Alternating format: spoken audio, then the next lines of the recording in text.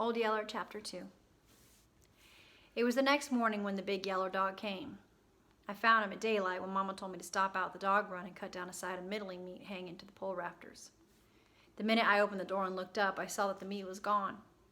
It had been tied to the rafter with bear grass blades, braided together for string. Now nothing was left hanging to the pole but the frazzled ends of snapped blades.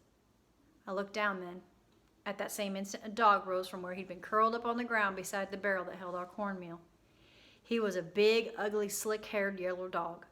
One short ear had been chewed clear off, and his tail had been bobbed so close to his rump that there was hardly stub enough left to wag. But the most noticeable thing to me about him was how thin and starved-looking he was, all but for his belly. His belly was swelled up as tight and round as a pumpkin. It wasn't hard to tell how come that belly was so full.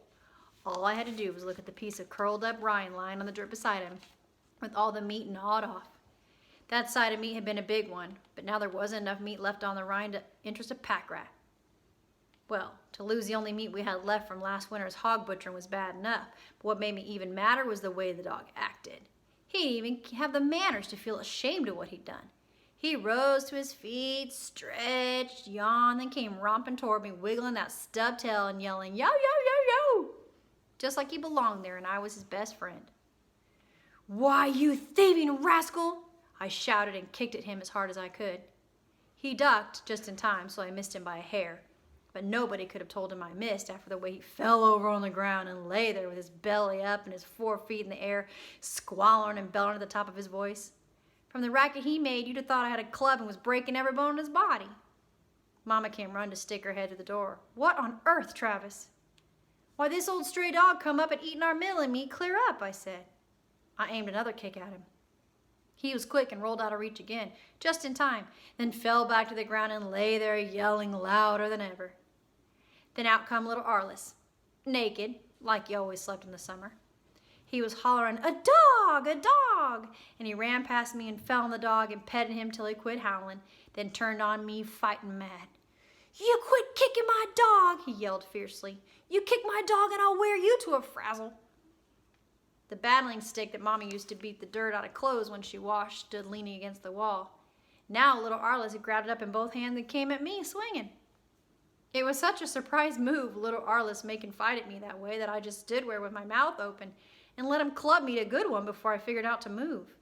Then Mama stepped in and took the stick away from him. Arliss turned on her, ready to fight her with his bare fists. Then he decided against it and ran to put his arms around the big dog's neck. He began to yell, "He's my dog! You can't kick him! He's my dog!" The big dog was back up on his feet now, wagging his stub tail and licking the tears off Arliss's face with his pink tongue. Mama laughed. "Well, Travis," she said, "it looks like we've got us a dog." "But Mama, you don't mean we keep an old ugly like that? One that will come in and steal meat right out of our house?" "Well, maybe we can't keep him," Mama said. "Maybe he belongs to somebody around here who'll want him back." "He doesn't belong to anybody in the settlement," I said. "I know every dog at Salt Licks." "Well then, if he's a stray, there's no reason why little Arliss can't claim him. And you'll have to admit he's a smart dog. Mighty few dogs have sense enough to figure out a way to reach a side of meat hanging that high. He must have climbed up on the top of that meal barrel and jumped from there." I went over and looked at the wooden lid on top of the meal barrel. Sure enough, it had a thin film of dust that settled over the dog tracks. "Well, all right," I admitted. "He's a smart dog, but I still don't want him." "Now, Travis," Mama said, "you're not being fair. You had a dog when you were little, but Arliss never had one. He's too little for you to play with, and he gets lonely." I didn't say any more. When Mama got her mind up a certain way, there was no use arguing with her. But I didn't want that meat-thieving dog on the place, and I didn't aim to have him. I might have to put up with him for a day or so, but sooner or later I'd find a way to get rid of him. Mama must have guessed what was going on in my mind, for she kept handing me those serious looks all the time she was getting breakfast ready. She fed us cornmeal mush cooked in a pot swung over the fireplace. She sweetened it with wild honey that Papa and I cut from a bee tree last fall and added cream skimmed off last night's milk. It was good eating, but I'd have my appetite whetted for fried middling meat to go with it.